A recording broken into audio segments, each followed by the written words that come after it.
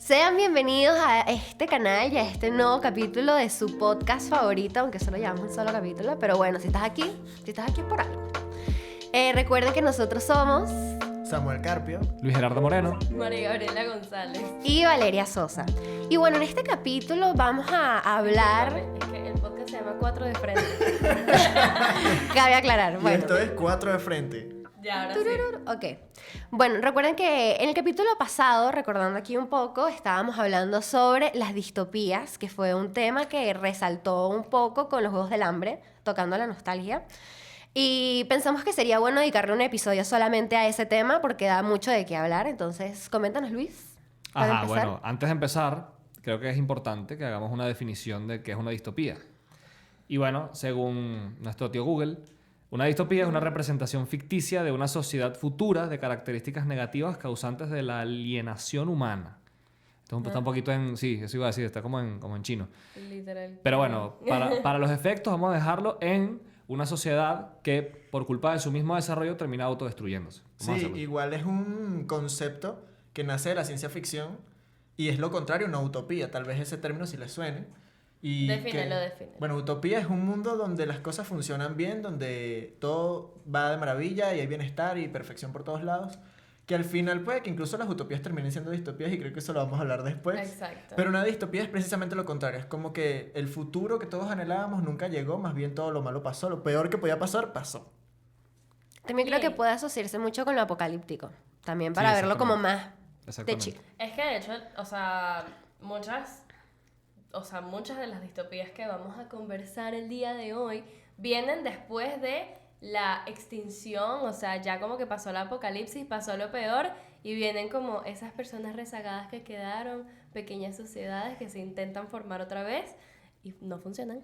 Entonces, bueno, Sí, son varios subgéneros que se dan la mano del posapocalíptico.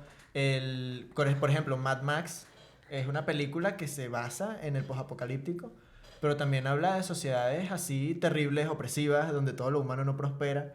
Pero es importante destacar que las distopías nacen es principalmente del mundo de la literatura, pues.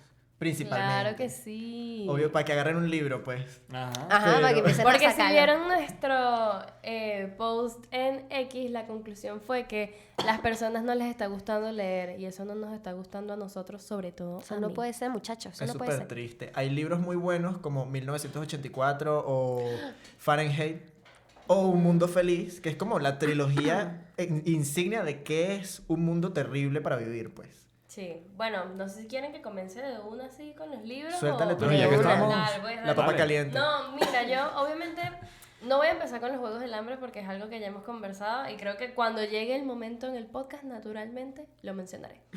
Pero tengo aquí otro súper famoso que, confieso, salgo del closet, no lo he leído, pero obviamente lo conozco porque si no lo conoces en verdad, ver, o sea, ¿dónde vives? En verdad. Entonces, bueno, este es el cuento de la criada. Es un mundo donde todos como que esto se basa en lo que era Estados Unidos. Es como si estuviesen siempre poniendo que Estados Unidos va para allá. Ojalá que no. Pero bueno, es en un mundo en donde lo que quedaba de Estados Unidos ahora se llama como Gilead, o Gilead, no sé cómo se pronuncia, y la sociedad está súper jerarquizada en los hombres y las mujeres tienen como sus subjerarquizaciones, pero literalmente es como que los hombres, las mujeres. Y está como que el grupo más abajo, bueno, están las martas, que son mujeres infértiles, están, bueno, las esposas también, están las tías, y que son las que supervisan a las criadas, y están las criadas, que son las mujeres que la pasan más mal de todas, porque son mujeres fértiles que han sido asignadas a los hogares de los comandantes con el último propósito de procrear. O sea, es como si tú tuvieras una fábrica de bebés. Para los comandantes lo ven como que tienes una fábrica de bebés ahí en tu casa. Claro, la porque puedes usar cuando quieras. Cabe acotar que en ese mundo distópico del cuento de la criada, la humanidad ha estado perdiendo su tasa de natalidad, está bajando mucho, pues.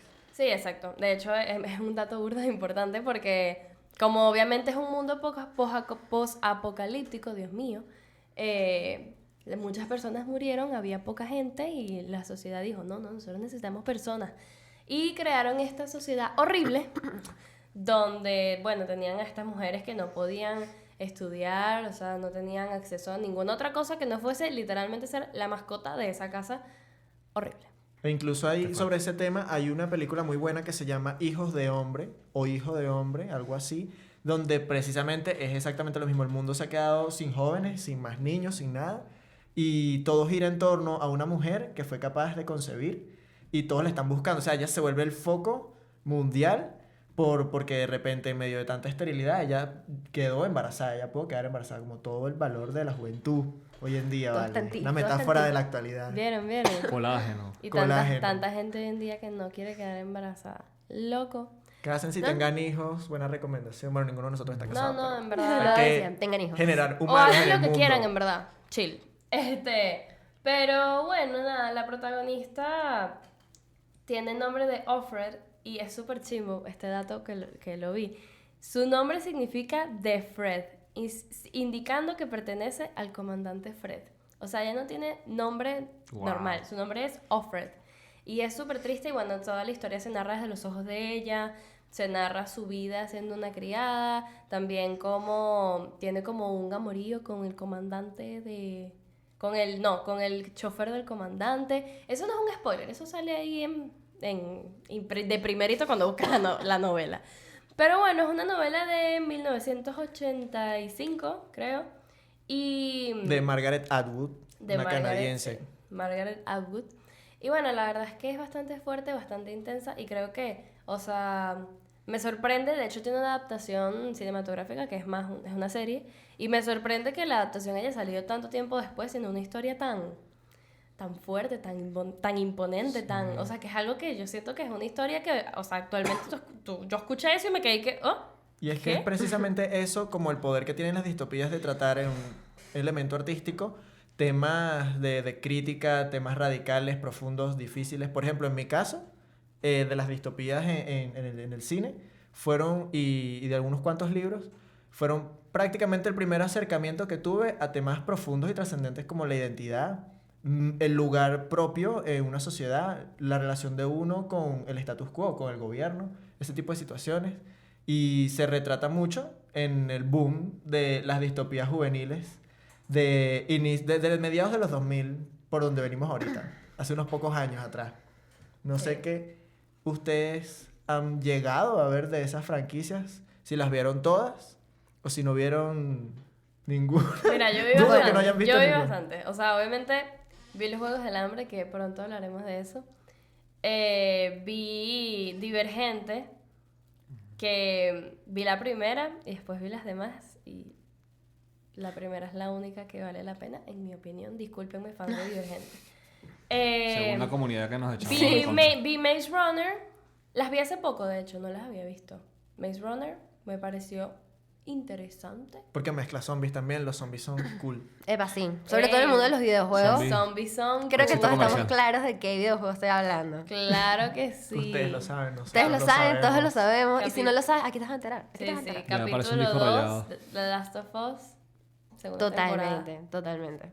Bueno, mira, ahorita que sacaron el tema de Last of Us, ese precisamente es uno de los juegos que quería sacar a la luz sobre distopías, porque también siento que marcó un antes y un después en los videojuegos. O sea, tipo, muchos lo consideran incluso como más famoso todavía que The Walking Dead, aunque The Walking Dead también está ahí con su fandom, su cosa. Pero The Last of Us fue una transformación. Y, o sea, tipo, no podríamos tomarlo dentro del género de zombies como tal, porque ellos los llaman son más que todo infectados. O sea, ellos no son muertos vivientes ni están como que en esta estructura que se tenía ya planteada de qué son los zombies, sino que vienen más de un tema de los hongos que empezaron a infectar a las personas. Y aquí quería plantear un tema que me parece súper interesante de las distopías y es lo realistas que también a veces se hacen. O sea, tipo, siento que también gran parte del impacto que puede causar una distopía es como que el hecho de que te hacen realmente pensar que eso puede llegar a pasar. O sea, el hecho de que es un hongo real, que no solamente es real y está ahí en la naturaleza que afecta a animales, sino que en algún momento, si él se adapta a la temperatura de nuestro cuerpo, todos valimos. Y pasaba literalmente lo que pasó en The Last of Us. Eso también hace como, o sea, te sientes como más ameno o más cercano, digamos, a la Yo que lectura. ameno no es la palabra que Sí, describiría. ameno no. Ay, Pero qué te sientes ameno el como más apocalipsis. cercano a la historia, es como más impactante, es como, pero eso puede llegar a pasar. De hecho, o sea, hablando de la serie, porque yo, bueno, he visto la serie, la verdad no he tenido la oportunidad de jugarlo. En el primer episodio bueno, ay, ustedes saben lo que pasa. En el primer Esta es una episodio... zona con muchos spoilers, que, pues. Tape esos oídos, muchachos.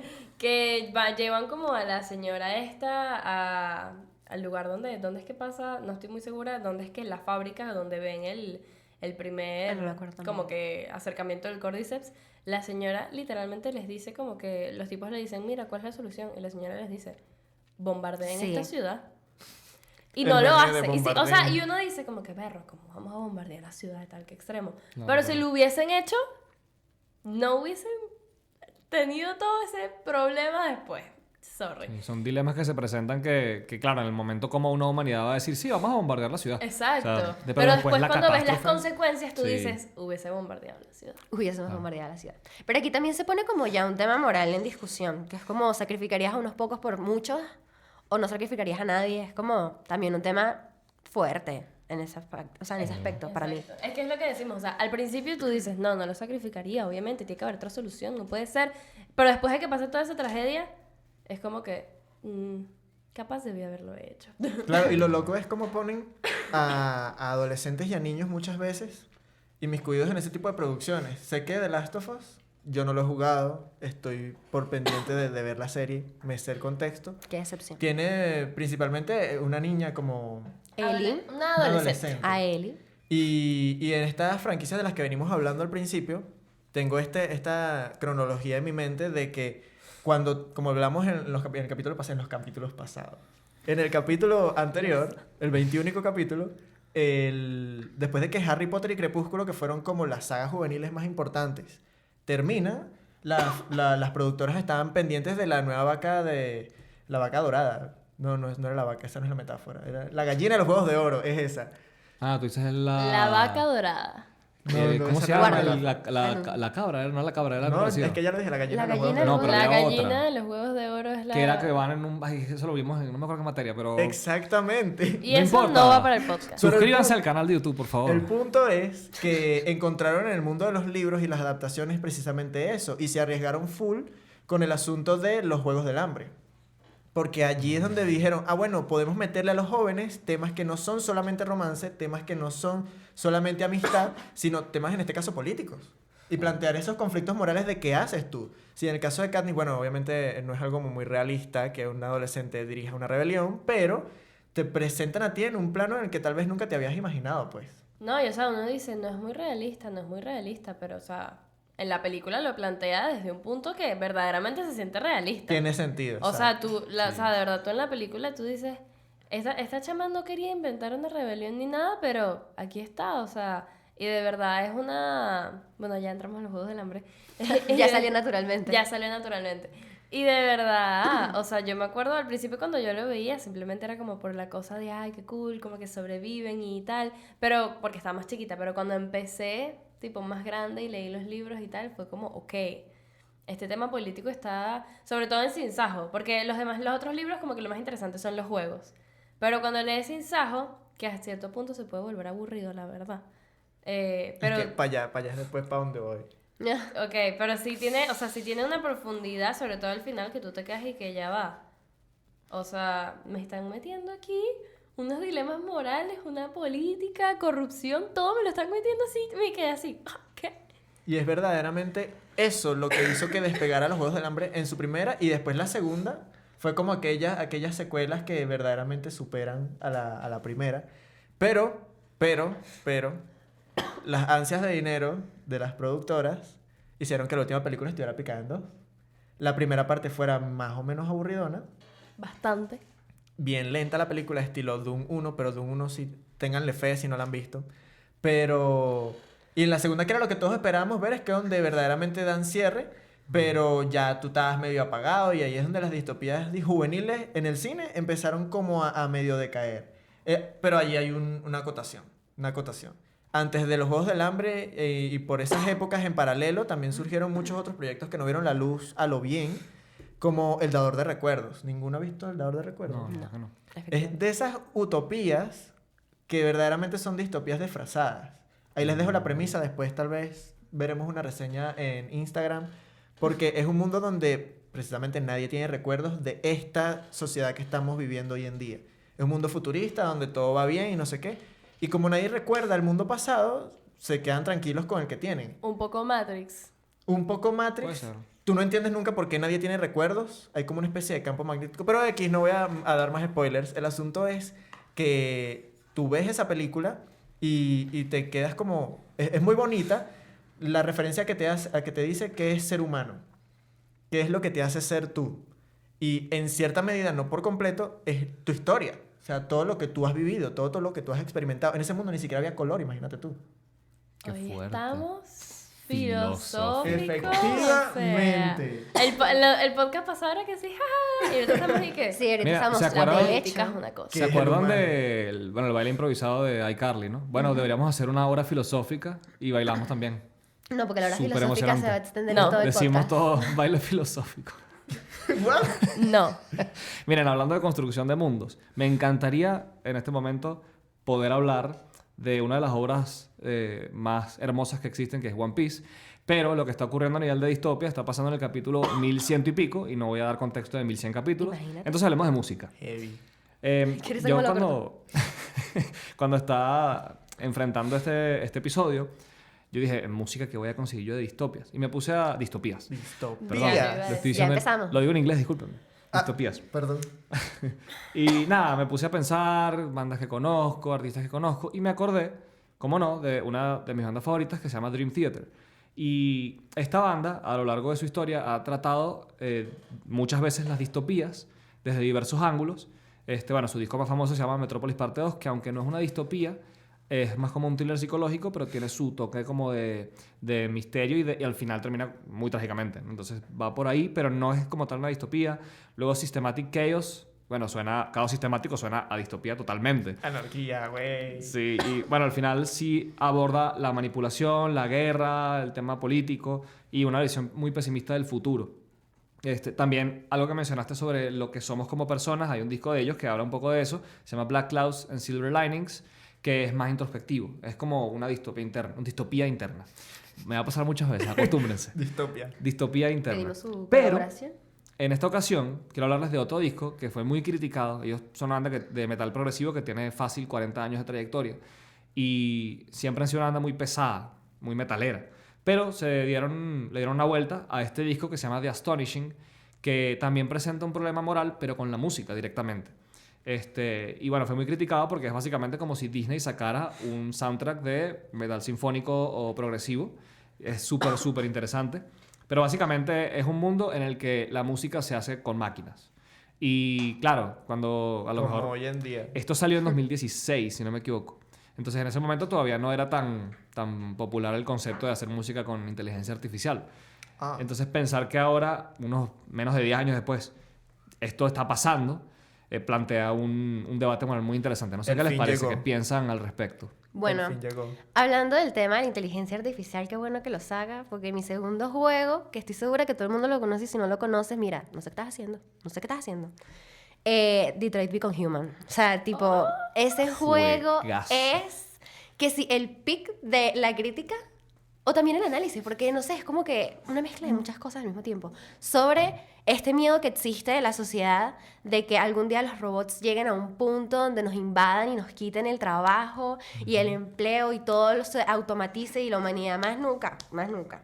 Entonces, mira, definitivamente una joya de joyas, porque es que no hay otra definición. ¿Sabes algo que se nos pasa como por encima y no lo notamos? Pero Wall-E también es una También distopía. demasiado. Sí. Yo lo pensé cuando dijeron que sí, no, un mundo Dios mío, no sé hablar.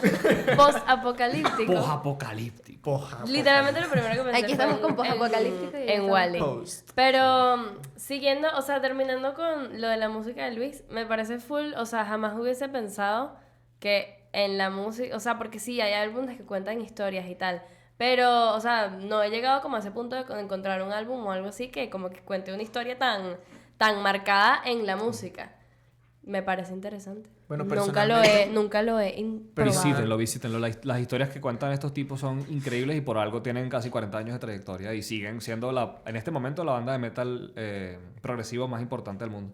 Bueno, personalmente, en el área de la música, es importantísimo como el soundtrack de este tipo de producciones, Pero hay películas, hay música, hay canciones que no están directamente relacionadas con estos mundos de los que estamos hablando, pero te dan esas vibras cuando tú las escuchas. Sí. Suenan como futuristas, techno, y allí es donde meto yo, por ejemplo, Radioactive de Imagine Dragons. Porque en su momento, personalmente, mi adolescencia fue escuchar Imagine Dragons para arriba y para abajo, por las referencias que tenía a estos mundos que en ese momento estaban en auge. Ya hoy en día estamos un poco escépticos, ¿no? Como jóvenes ante este tipo de situaciones, pero te hacía ver, en cierto sentido, como joven tenía cierto poder para cambiar las cosas, y por eso ellos eran los protagonistas de todo este tipo de producciones, pues. Claro. Y bueno, retomando... No, ya va. Que no quiero que el juego de Valeria muera ahí todavía. Es que eso iba. Quiero, Ok, sigue. quiero retomar un poco el tema de los videojuegos y quiero tomar algo específicamente de Detroit porque casi siempre cuando se presenta una distopía se presenta tal cual post-apocalíptica en un mundo en el que todo está destruido, todo es sucio, todo está dañado, nada funciona. Es como que la presencia de los humanos es necesaria para que el mundo esté en orden. Sin embargo, les No tengo... obstante, Ya va, pero Está en pensando- Detroit. Les tengo otro juego que presenta la distopía de una manera muy distinta. Y es The Legend of Zelda.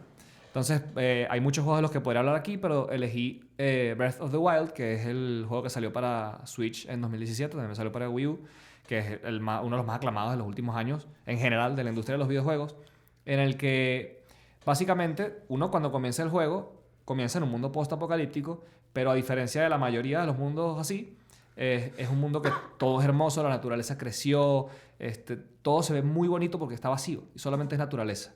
Cuando uno empieza a jugar el juego se sorprende, pero cuando empiezas a jugar un poco más te das cuenta que esto está comenzando 100 años después de un cataclismo que acabó con toda la sociedad. O sea, Hyrule, que es como se llama la zona donde se desarrolla el juego, era una zona muy próspera, tenía muchísima gente, muchos pueblos, muchas razas que trabajaban juntos y existía la amenaza de una calamidad que podía volver a nacer, bueno, que es la encarnación del mal que se llama Ganon.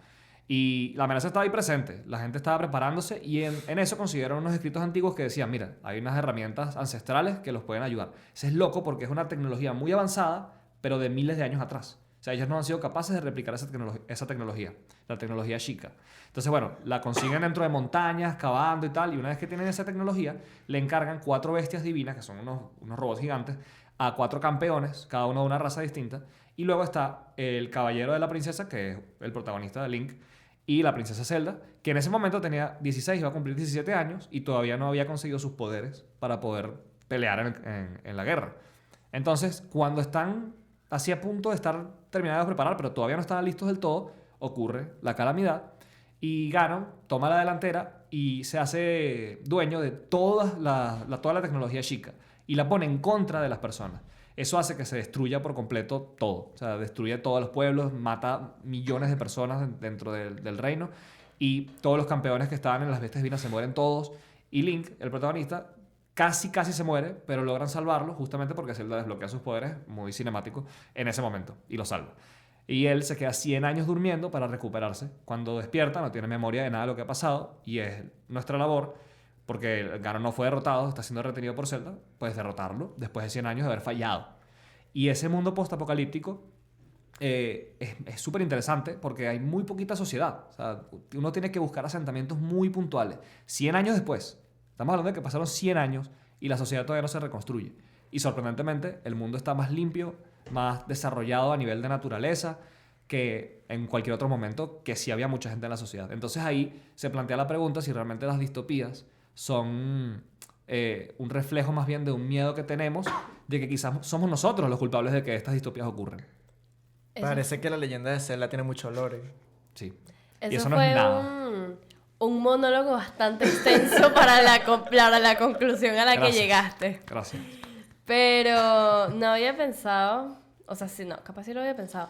Pero bueno, igual que cuando la pandemia, que todo estaba que sí súper limpio, la naturaleza estaba que sí súper linda y era que sí, porque todos estábamos encerrados en nuestra casa. Exactamente. Pero yo jugué una vez ese juego, o sea, no lo jugué, vi a alguien jugarlo y me pareció muy interesante. Pero Bueno, la verdad es que no bello. seguí en eso. Precisamente aquí nos volvemos a poner filosóficos. Dios. Eso Qué es un raro. tema, eso es un tema. Libro también recomendado, no es narrativo ni nada. La rebelión de las masas, Ortega y Gasset. Él, Claro. Imagínate. ¿Perdona? él hace referencia a ese miedo o es cierta atracción sobre lo salvaje tomando control sobre lo civilizado. O sea, nosotros somos la representación de la civilización porque somos humanos. Llevamos orden, no sé qué y tal, y todo funciona. El lugar en el que estamos gracias a la razón humana. Pero, ¿qué pasa si de repente viene un desastre estilo el COVID, que sí fue real, pues, no es una película? Y van a hacer más películas de eso, ya imagínate a futuro. Sí. Pero la destrucción del mundo bonito y ordenado que hemos hecho nos resulta tan a la vez de que paralizante y como que, concha, le puede pasar, también atractiva como, berro, es lo salvaje mezclándose con lo civilizado dando origen a algo totalmente nuevo. Sí. Como el ejemplo que él da con la mitología, con el Minotauro, que es la mezcla del hombre con lo animal, Con la bestia. como la fusión de dos mundos, Hannah Montana. Wow. Y no, yo he visto más de una Gay, persona que dice, ojalá ocurriera para agarrar armas y empezar a matar zombies como si fuera un videojuego. Sí, no. No, Y- Tampoco, sí, Y hay tampoco. gente que dice ojalá ocurriera porque los humanos somos muy destructivos y todo lo demás, pero bro, tú también eres humano. ¿Ustedes creen Exacto. que sobrevivirían a un apocalipsis No. zombie? Cero, para nada. Yo no. O sea, Pero, tipo, o sea, yo sería tipo la primera. Así, a la primera que veo que vienen dos zombies hacia mí, ya yo me quedaría de que, bueno, hasta aquí llegué. Mira, yo no tengo muchas aptitudes físicas, pero yo le tengo fe. Yo le tengo fe. Samuel, no Fe. nos vas a revertir Yo con lo un intentaría, monólogo yo no me sobre moriré en Ortega y lucha. Gasset. O sea, yo siento que lo intentaría al inicio, pero no siento que no sería de las que sobreviviría mucho tiempo, pues. Mira, yo no sobreviviría. O sea, tipo, si no puedo con una exposición, sin ponerme nerviosa, con que me persiga un monstruo. ¡Ah! Bueno, ahora, entrando en otro... No, mentira. Voy a terminar... O sea, siento que le pasamos por encima a Detroit Become Human y eso me Tienes puso razón. Y triste. lo mereces Es que para hay mí. demasiado que hablar de ese juego. Es que demasiado. Después voy a seguir con el último libro que tengo, porque bueno, ya hablamos de los Juegos del Hambre. Ajá, Detroit Become Human fue el primer juego que jugué ever. O sea, yo he jugado de pana como 3 juegos nada más. Y, o sea, yo quedé tan enamorada de ese juego. Porque es lo que decía, o sea, normalmente las distopías son en un mundo como que post-apocalíptico, donde todo se va y es horrible. Pero en cambio en Detroit, el mundo está bien. El mundo está actually Mejor que súper nunca, bien. mejor o sea, que nunca. una utopía Demasiado literal. bien. Y es como que se vuelve distópico en el momento en el que las máquinas como que se rebelan y quieren ser humanos normales. O sea, eso es lo extraño, porque no es como que las máquinas dicen como que, ay, yo quiero ser, no sé, ¿sabes? No es como que están inventando una nueva raza o algo por el estilo. Simplemente de pana quieren ser aceptados y amados. Y también es súper feo, Prohibido. como vemos. No O sea, a mí me acepto. parece súper feo. Porque es como que, obviamente uno dice, ay, es una máquina, no piensa, no siente, no sé qué. Pero el uso weird y chimbo que les daban los humanos a esas mismas máquinas, Exacto. o sea, era que si tú la podías comprar y la tenías para lo que te diera la gana. Exacto, Y era como tan, sirviente, como lo que sea. tan similar a un humano que para mí era imposible no pensar que le estaba haciendo un daño real a alguien, pues. No, y que aquí también siento que se pone como una crítica sobre la mesa de que, o sea, tipo, los humanos tenemos este miedo irracional de que no, las máquinas nos van a quitar el empleo y no sé qué, y nos van a reemplazar. Y al mismo tiempo como que Detroit plantea o sea, como que plantea de alguna forma el qué pasaría si los humanos también fuéramos empáticos con las máquinas, ¿sabes? No las viéramos como una amenaza o como, ay, algo que no tiene conciencia, yo puedo ser como me dé la gana y listo, sino también como que de forma empática de, mira, sí, efectivamente, la máquina puede hacer ciertas funciones que yo no y está ahí de alguna forma para, digamos que servirme, pero cuando estas pasan a rebelarse no se rebelan porque quieren y ya, se rebelan porque pasan por eventos bastante traumáticos, la gente los golpea, los quiere dañar, muchas son utilizadas tipo en agresiones, en otros aspectos que no podemos mencionar porque nos banean.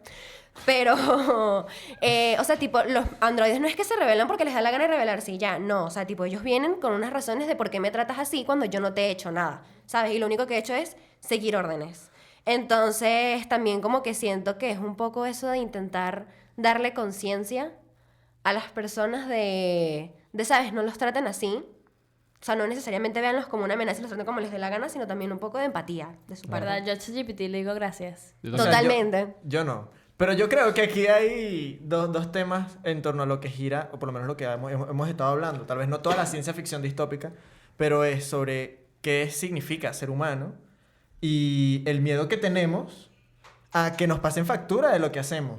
Claro. Porque, por Eso es ejemplo, verdad. como sociedad, como humanos, en todo sentido. Porque, por ejemplo, yo no he jugado Detroit Become Human, pero yo me pongo a pensar Deberías. en que el trato que se está referenciando allí no es algo que nunca haya sucedido en la historia. En su momento Exacto. sí se le hizo eso a personas reales, no eran Claro. máquinas.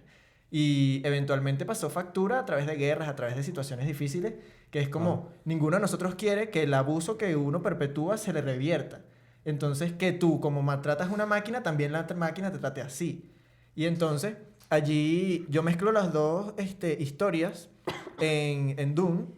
He estado tratando de leerme Dune, porque me llamó mucho la atención cuando investigué todo su mundo. Y la primera y la segunda película, que ya están por allí dando vueltas, se ambientan como muchísimos años después de que sucede una guerra contra máquinas, pero no estilo, qué sé yo, Terminator o Matrix, donde las máquinas cobraron conciencia, sino que son los mismos humanos utilizando máquinas para fines perversos, pues.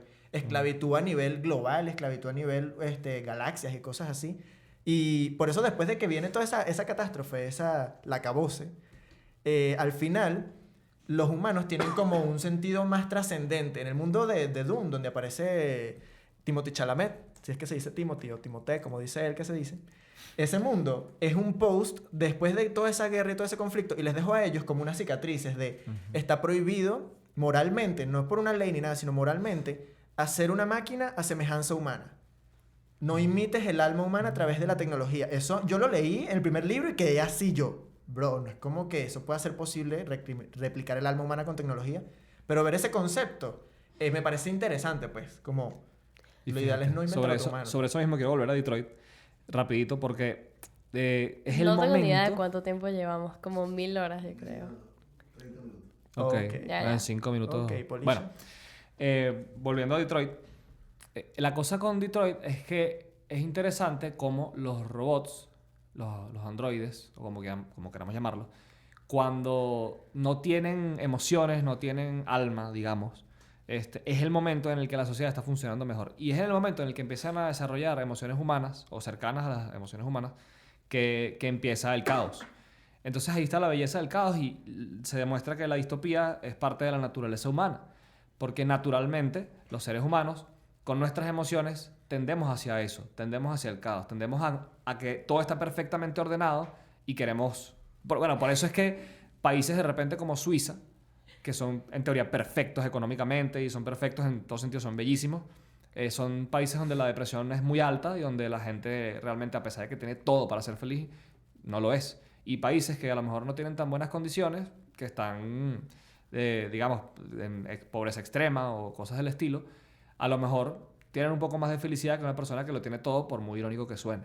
Porque tendemos al caos. Y por eso es que Dostoyevsky, ya aquí quotándolo como de manera informal, decía que si tú pones a un hombre en cualquier lado donde tenga todas sus comodidades y donde esté viviendo chévere y no necesite hacer más nada, él incluso va a rebelarse contra ese estado de cosas y va a buscar salir, incluso si eso significa sufrir, para demostrar que los hombres son hombres y no meras teclas de un piano. Es como, necesitamos el conflicto, la lucha para poder Hola, ser. filosófica. Marico, o sea, siento que, o sea, es como que me gusta este debate y tal, pero a la vez estoy como, bueno. ¿Qué ¿Y el dirá la gente que me entretenimiento está dónde viendo? quedó?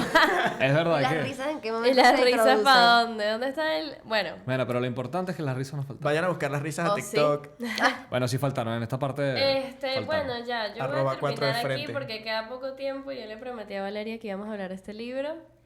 Voy a hacer una introducción y luego Valeria va a Y con continuar. ustedes. Con ¿Y ustedes, qué? mi compañera Valeria. Ok, bueno, este libro se llama Cadáver Exquisito y es una novela de una escritora argentina llamada Agustina Basterrica, no sé cómo se pronuncia, Perdón, Agustina. que Qué buen nombre. explora... Agustina. Bastante rica. Ahí está la risa. Ahí Esa está fue la la risa del risa. episodio. Entretenimiento banal. que explora un futuro distópico y perturbador donde una pandemia viral ha hecho que como que la carne de los animales sea tóxica para los humanos. Entonces la sociedad y el gobierno lo que hizo fue personas específicas las crían como al ganado para comer. Tipo, el canibalismo se volvió algo normal. Y bueno, en este contexto hay un sistema llamado el proceso, que es tipo la cría de los seres humanos para el consumo, y se les llama cabezas de ganado. Wow. Valeria, continúa. Bueno, la verdad es que este libro a mí me marcó, tipo, súper personal, porque me lo comí, o sea, tipo, rapidísimo. Se Y- lo comió. Mal uso de Sí. palabras, Valeria. Pero ¿qué Estamos pasa, hablando de comer. vale? Estamos hablando Eres tú que estamos tienes la hablando de mente comer perturbada. Bueno, en cadáveres. fin, el punto es que me lo leí rapidísimo, ¿ok? Lee. Lo súper recomiendo. Pero es interesante porque, o sea, si bien es cierto que legalizaron el canibalismo porque los animales ya no se podían comer, ni siquiera se podía interactuar con ellos. Tipo, un gato te rejuñaba y valiste. O sea, te Muerto. morías para la verga. Pues básicamente como que además de eso también estaba el hecho de que la gente demandaba carne y empezaron a comerse tipo ilegalmente entre ellos y empezaron en muchos países con los emigrantes. Era como, mira, o sea, literalmente hay un caso dentro del libro donde toda una comunidad, toda una residencia de vecinos se puso de acuerdo para atacar y comerse a unos inmigrantes chilenos, si no me equivoco, que estaban ahí. Entonces como que también el gobierno para apaciguar los casos ilegales de canibalismo dijo, mira, creo que es más fácil que legalicemos esto y le pongamos como un control y efectivamente pues empezaron a criar personas para el consumo, la distribución y todo esto y es muy fuerte. Y de hecho, fun fact, es fun, ¿verdad? Fun fact. Sí, sí, amiga. Bueno, me Lo corregí. dijo bien, lo dijo me bien. corregí. Ajá. La autora escribió este libro tipo en su transición a volverse vegetariana. Entonces podrán darse una idea de que es Makes bastante sense, makes explícito sense, claro. a nivel de cómo se procesa la carne. Pero también una crítica muy profunda que está ahí es sobre todo esto del capitalismo. O sea, tipo, se critica mucho el capitalismo y el protagonista es muy de, ¿sabes? Tengo un trabajo que está muy bien pagado porque obviamente las carnicerías ahora empezaron a hacer una cosa, una locura. Y es como que tengo este empleo súper bien pagado, pero no me gusta hacerlo bien. O sea, tipo, me da rabia ser bueno en este trabajo por todo lo que hay detrás de tener que aceptar esto sin replicar más allá. Pero al final del libro, tipo, un poco spoiler, él también logra beneficiarse de ese sistema que critica y deja de criticarlo. Entonces es como que también esto de... Habla del romance, habla del romance. Hipocresía. En fin, la hipotenusa. Bueno, del romance tengo muchas cosas que No, o mencionar. sea, menciona como que por encimita. Bueno, es que, o sea, tipo, yo lo leí un poco también por el tema del romance. Yo pensaba que realmente iban a desarrollar una relación entre el protagonista Carlos y una... Marcos, sí, sorry. Es que lo odio tanto. Carlo Magno. Pero bueno, básicamente a Marcos le regalan una cabeza de calidad premium, o sea, tipo las personas que no han sido modificadas en ningún tipo, o sea, con ningún tipo de sustancias ni nada, porque obviamente hacían que crecieran rápido para poder venderlas rápido. Y bueno, nada, Marcos como que empieza a ver a esta persona, o bueno, a esta cabeza, como le dicen, como una persona real. Y la empieza a tratar como una persona real y como que se desarrolla todo un vínculo ahí especial detrás de ella. Pero bueno, el final es una sorpresa verdadera, o sea, tipo, una sorpresa de magnitudes absurdas. Me suena Loco, bastante. léanlo. Yo ahora, Yo o sea, pensé- yo no lo he leído y Valeria me contó todo, igual lo quiero leer, aunque Es sé cómo muy Yo termina. pensé que nos íbamos a Si reír. quieren, o sea, yo supongo que eso no tiene adaptación, ¿no? Todavía no, pero deberían, No, o sea, eso va a tipo, tener realmente adaptación. deberían sacárselo. Porque, ¿cómo se llama? Hay algo similar sucede en el planeta de los simios. Es viejísima la película, pero es el mismo tema de tratar humanos como animales y en ese mundo los animales, los humanos no hablan y no sé qué. Y estos humanos, los protagonistas que llegaron allí por un viaje espacial, llegan y de verdad pueden hablar, de verdad pueden comportarse como humanos y los monos quedan como, pero los humanos no hablan, bro. Como nosotros con los animales. Entonces, no sé si trataban de hacer conciencia sobre los monos, dudo que sea algo relativo a eso, pero Ay, yo quiero, o sea, ya vamos a terminar, ya hablo y conclusión. Pero ¿por qué no hablamos de la película de Avatar? Las de James Cameron. la azul. Claro. Yo Lo que decía, pasa es que estábamos el hablando último de maestro niñito. aire. Tienes toda la razón. yo también. ¿Por Porque qué de no niñito. mencionamos a esas películas que no solo son tan famosas, sino que son tan buenas, bro? Bueno, yo creo que le podemos dedicar un poquito más de tiempo hablando de estos temas, porque hay varios temas que surgen de aquí. Ya nos Las organizaremos para eso. distopías dan tanto. Pero ya podremos hablar de eso en el siguiente programa porque se nos acabó el tiempo. Anoten ahí, Avatar, Los Amiguitos Azules. Vean, qué buenas películas. Síganos en nuestras redes sociales como 4 de Frente Piso y suscríbanse al canal, denle like, compártanlo, hablen, digan sus opiniones, Debatan. porque Si estamos para eso, pues. si este episodio a lo mejor no les divirtió tanto, no se preocupen. Que los Que siguientes en serán igual. No, mentira. Que lo siguiente Y serán si, no, peores. y si no les divirtió tanto, también como que bueno, ¿sabes? Agarra un libro y tal. Infórmate. Quizás es momento de que te des cuenta que la risa no es todo, es importante culturizarse. Wow. Eso, si lo dices así, ya no es... Suena como una abuelita. Ya Si sí. lo ¿no? dices así, ya nos dejaron de seguir 50 personas. Literal. Que no tenemos, by the way. Muchas gracias. Bueno, bye. Gracias Nos por vemos. su atención.